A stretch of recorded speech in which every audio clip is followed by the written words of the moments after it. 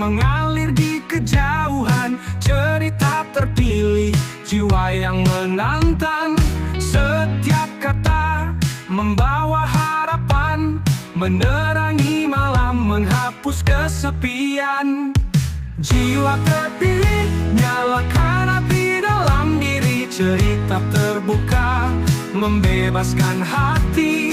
Setiap langkah, setiap cerita yang terukir, bersama kita juara dalam perjalanan ini. Assalamualaikum warahmatullahi wabarakatuh. Selamat datang di podcast Jiwa Terpilih, tempat kita menjelajahi kompleksitas jiwa manusia. Setelah membahas NPD dari berbagai sudut pandang di episode sebelumnya, kali ini kita akan menyelami lebih dalam ke berbagai aspek kehidupan yang terpengaruh oleh gangguan kepribadian ini. Kita akan membahas dampaknya di tempat kerja, dalam keluarga, bagaimana media sosial dapat memperkuat perilaku narsistik, dan menggali lebih dalam tentang kurangnya empati pada individu NPD. Jiwa terpilih NPD lebih dari sekedar narsis, memahami dampaknya dalam kehidupan sehari-hari. Bersama saya, Rio Kristanto. Tetapi sebelum kita lanjut ke pembahasan lebih dalam, jangan lupa subscribe, aktifkan lonceng notifikasi, like dan komen. Dukungan partisipasi Anda membantu channel ini untuk terus berkembang. Dan Anda juga bisa mendengarkan podcast Jiwa Terpilih di aplikasi Spotify, Amazon Music, dan YouTube Music. Cerita kita abadi dan tak terbilang mahal.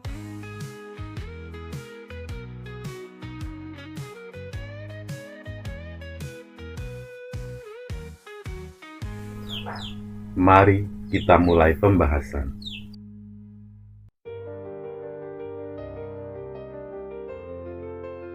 Bagian 1. NPD di tempat kerja. Tempat kerja seringkali menjadi arena di mana berbagai kepribadian berinteraksi, dan kehadiran individu dengan NPD dapat menciptakan dinamika yang unik dan menantang. Mari kita bahas lebih detail bagaimana Narcissistic Personality Disorder atau NPD bisa mempengaruhi lingkungan kerja. Rekan kerja dengan NPD. Mengenali dan menghadapi. Pertama, ciri-ciri yang lebih detail. Selain perilaku granuler dan merasa paling benar, rekan kerja dengan NPD mungkin sering memotong pembicaraan, mengambil pujian atas pekerjaan orang lain, dan sangat sensitif terhadap kritik, bahkan yang konstruktif sekalipun. Mereka mungkin juga pandai manipulasi orang lain untuk mendapatkan apa yang mereka inginkan. 2. Cara menghadapi dengan strategi lebih mendalam. Cara menghadapi dengan strategi terbagi menjadi 5 bagian. Pertama, tetapkan batasan yang jelas dan tegas. Jangan biarkan mereka memanfaatkan Anda. Katakan tidak jika Anda merasa tidak nyaman dengan permintaan mereka. 2. Fokus pada fakta dan data. Hindari argumen emosional, gunakan data dan bukti untuk mendukung pendapat Anda. 3. Hindari konflik emosional. Jangan terpancing untuk berdebat atau berkonfrontasi secara langsung. Jaga emosional Anda dan tetap tenang. 4. Dokumentasikan interaksi penting. Simpan email, catatan percakapan atau bukti lain yang dapat mendukung klaim Anda jika terjadi masalah. 5. Laporkan perilaku yang tidak pantas ke HRD. Jika perilaku rekan kerja Anda melanggar kebijaksanaan perusahaan atau menciptakan lingkungan kerja yang tidak sehat, jangan ragu untuk melaporkannya. HRD memiliki tanggung jawab untuk menangani masalah ini.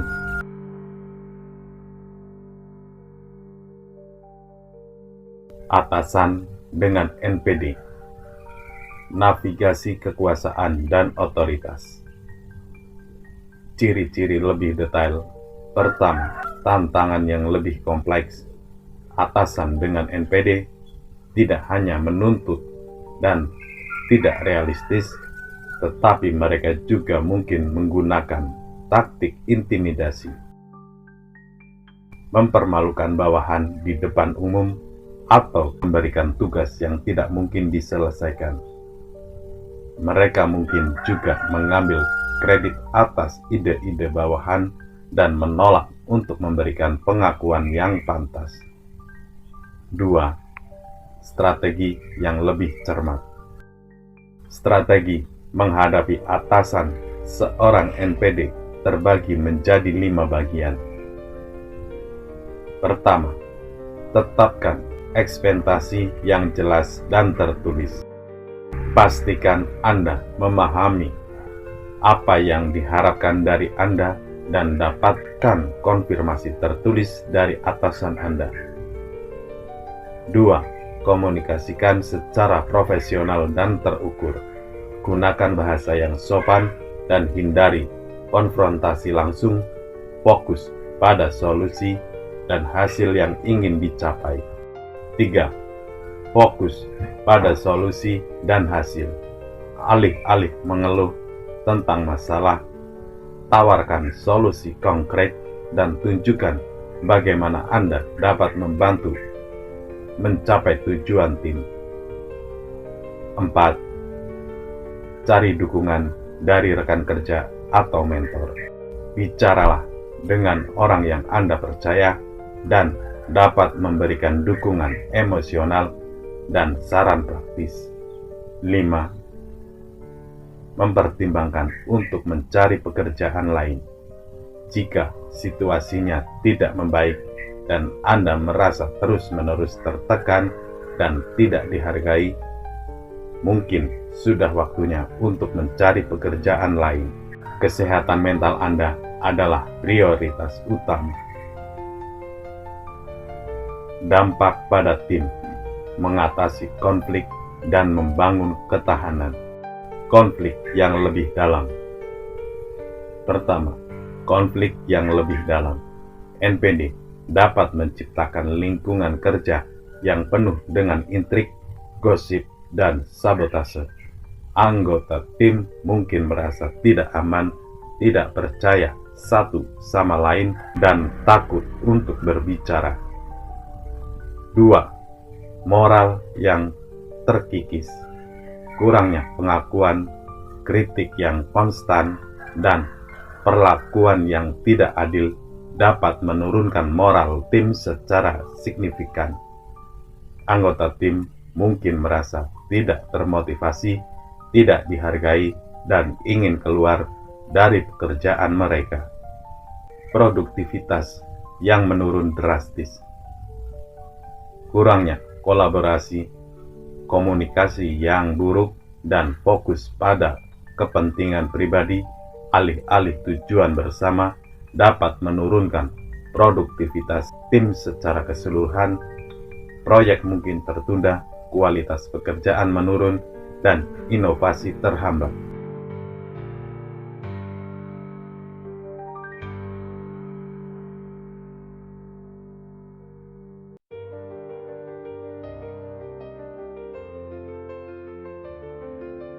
Bagian 2. NPD dan keluarga.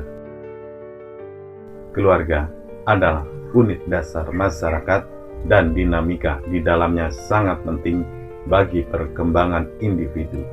Kehadiran orang tua dengan NPD dapat menciptakan lingkungan keluarga yang tidak sehat dan berdampak jangka panjang pada anak-anak mereka. Mari kita bahas lebih lanjut. Orang tua dengan NPD, dampak pada anak-anak. Pertama, berbagai gaya pengasuhan orang tua dengan NPD yang mungkin terbagi menjadi 3 bagian. 1. Pengasuhan narsistik. Orang tua menggunakan anak-anak merasa untuk memenuhi kebutuhan mereka sendiri, seperti mencari kekaguman dan validasi. Mereka mungkin mengabaikan kebutuhan emosional anak-anak mereka dan memperlakukan mereka sebagai perpanjangan dari diri mereka sendiri. 2. Pengasuhan otoriter. Orang tua menetapkan aturan yang ketat dan tidak fleksibel, mengharapkan kepatuhan tanpa pertanyaan, dan menggunakan hukuman sebagai cara utama untuk mengendalikan anak-anak mereka. 3. Pengasuhan abusif.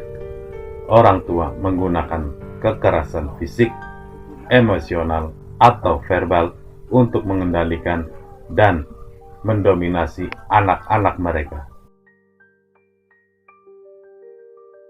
2. Dampak emosional dari psikologis pada anak-anak terbagi menjadi 5 bagian. 1. Harga diri rendah. Anak-anak mungkin merasa tidak berharga, tidak dicintai, dan tidak cukup baik. 2. Kecemasan dan depresi. Anak-anak mungkin mengalami kecemasan yang berlebihan, serangan panik, atau depresi. 3. Kesulitan dalam hubungan. Anak-anak mungkin sulit membangun dan memelihara hubungan yang sehat dengan orang lain. 4. Masalah identitas.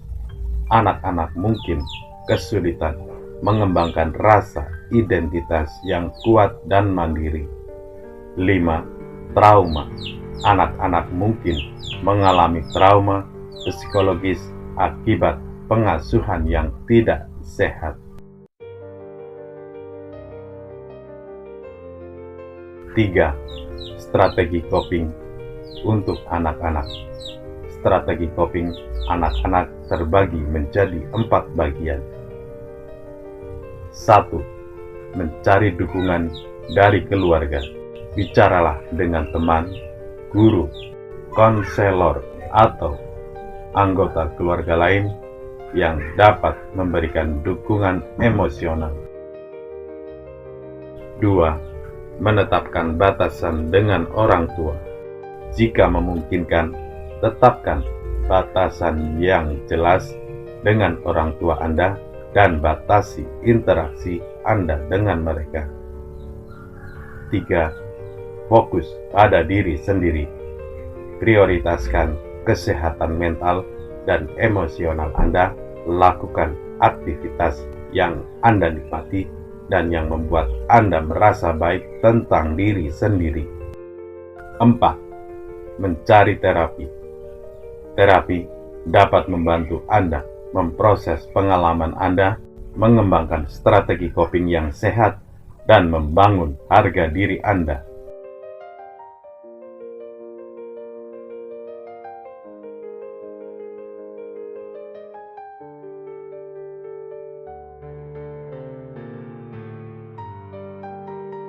Bagian 3. NPD dan media sosial.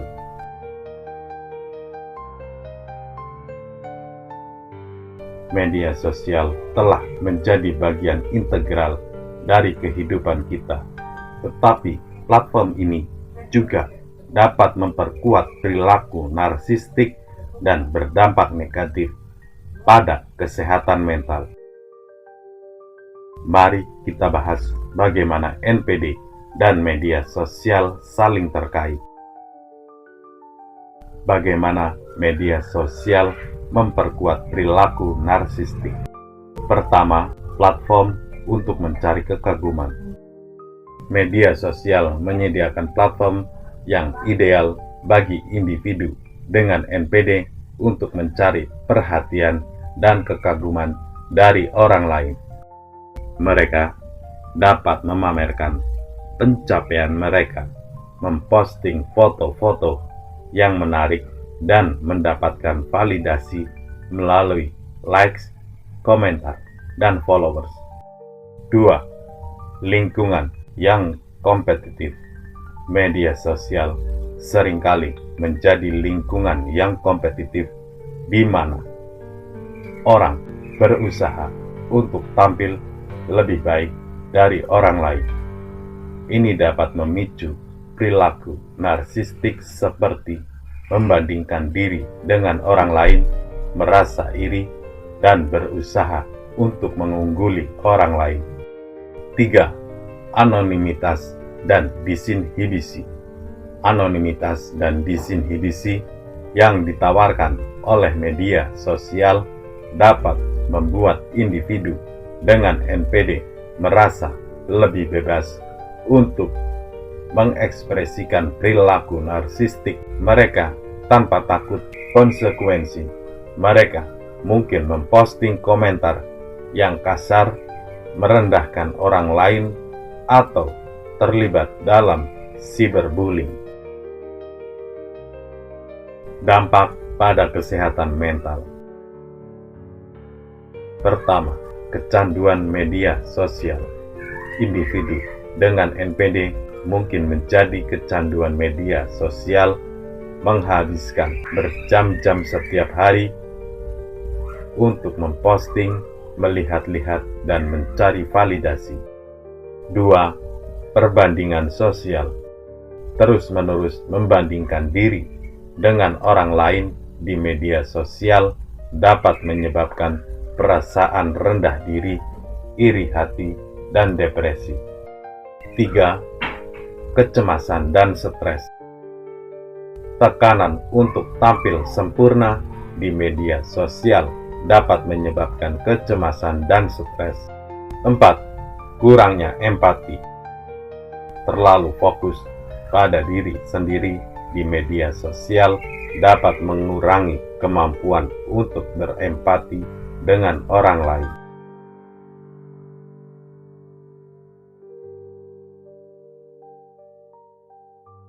Cara menggunakan media sosial secara lebih sehat.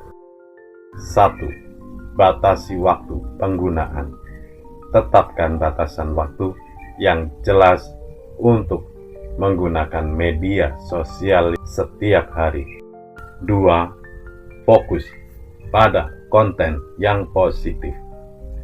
Ikuti akun yang menginspirasi, mendidik, atau membuat Anda merasa baik tentang diri sendiri. 3. Berinteraksi secara otentik.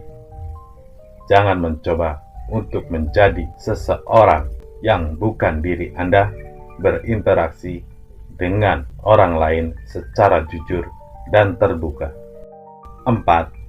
Ingatlah bahwa media sosial bukan realitas. Jangan percaya semua yang Anda lihat di media sosial.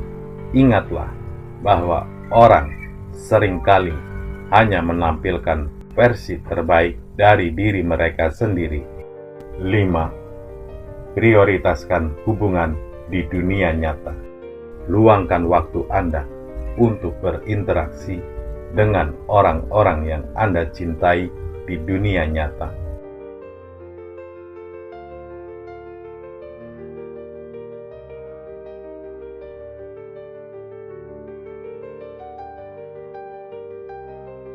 Bagian 4. NPD dan empati. Kurangnya empati adalah salah satu ciri khas NPD. Mari kita gali lebih dalam tentang mengapa hal ini terjadi dan bagaimana hal itu mempengaruhi hubungan individu dengan NPD. Mengapa individu dengan NPD kurang empati? Pertama, perkembangan otak. Beberapa penelitian menunjukkan bahwa individu dengan NPD mungkin memiliki perbedaan dalam struktur dan fungsi otak yang terkait dengan empati. 2. Pengalaman masa kecil. Trauma masa kecil seperti pelecehan atau penelantaran dapat menghambat perkembangan empati. 3. Fokus pada diri sendiri. Individu dengan NPD sangat fokus pada diri sendiri dan kebutuhan mereka, sehingga mereka kesulitan untuk memperhatikan atau memahami perasaan orang lain. 4. Mekanisme pertahanan. Kurangnya empati dapat menjadi mekanisme pertahanan untuk melindungi diri dari perasaan rentan atau tidak aman.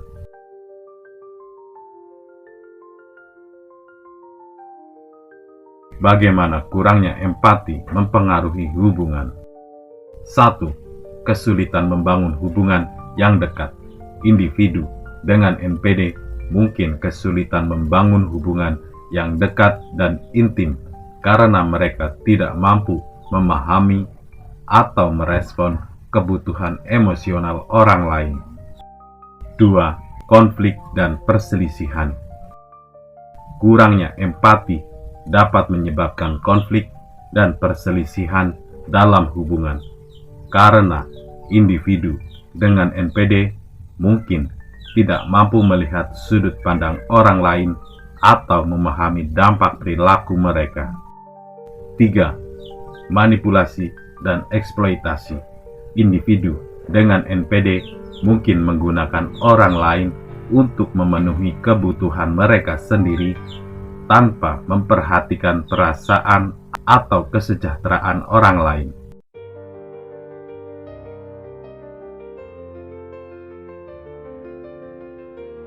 Bisakah individu dengan NPD belajar berempati? Pertama, terapi. Terapi dapat membantu individu dengan NPD untuk mengembangkan kesadaran diri, memahami dampak dan perilaku mereka pada orang lain, belajar keterampilan empati. 2. Kesadaran diri. Meningkatkan kesadaran diri tentang kurangnya empati dapat menjadi langkah pertama untuk berubah. 3. Latihan empati. Melakukan latihan empati seperti mencoba melihat situasi dari sudut pandang orang lain dapat membantu meningkatkan kemampuan untuk berempati. NPD adalah kondisi kompleks yang mempengaruhi banyak aspek kehidupan, dari hubungan pribadi hingga dinamika di tempat kerja. Memahami dampaknya baik bagi individu dengan NPD maupun orang-orang di sekitarnya adalah langkah penting untuk menciptakan lingkungan yang lebih sehat dan sportif. Membahas NPD memang tidak mudah karena seringkali melibatkan emosi yang kuat dan pengalaman yang menyakitkan. Namun, dengan berani membuka diri dan berbagi pengetahuan, kita bisa membantu mengurangi stigma dan meningkatkan kesadaran tentang kondisi ini.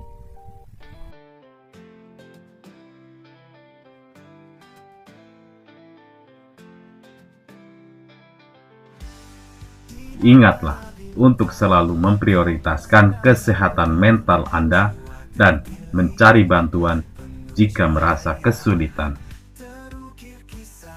Saya berharap episode ini dapat memberikan harapan dan inspirasi bagi Anda untuk mencari jalan keluar dan membangun kehidupan yang lebih baik. Terima kasih sudah mendengarkan podcast Jiwa Terpilih, episode Jiwa Terpilih NPD, lebih dari sekedar narsis, memahami dampaknya dalam kehidupan sehari-hari. Sampai jumpa di episode berikutnya. Wassalamualaikum warahmatullahi wabarakatuh. Jiwa terpilih, tegar berdiri, menghadapi tantangan dengan keberanian, menjadi pelita di kegelapan malam. Mentari jiwa terpilih, hadirmu dinanti, hangatkan dunia dengan senyuman abadi. Terbanglah tinggi, raih mimpi sejati. Jiwa terpilih, inspirasi kami. Meski badai menerjang, takkan mudah nanti. Hangatkan dunia dengan senyuman abadi. Terbanglah tinggi, raih mimpi sejati. Jiwa terpilih, inspirasi kami. Kau adalah harapan bagi semua insan. Jiwa terpilih, anugerah Tuhan. Sebarkan kebaikan tanpa pamrih. Jiwamu abadi dalam setiap hati. Mentari jiwa terpilih, hadirmu dinanti. Hangatkan dunia dengan senyuman abadi. Terbanglah tinggi, raih mimpi sejati.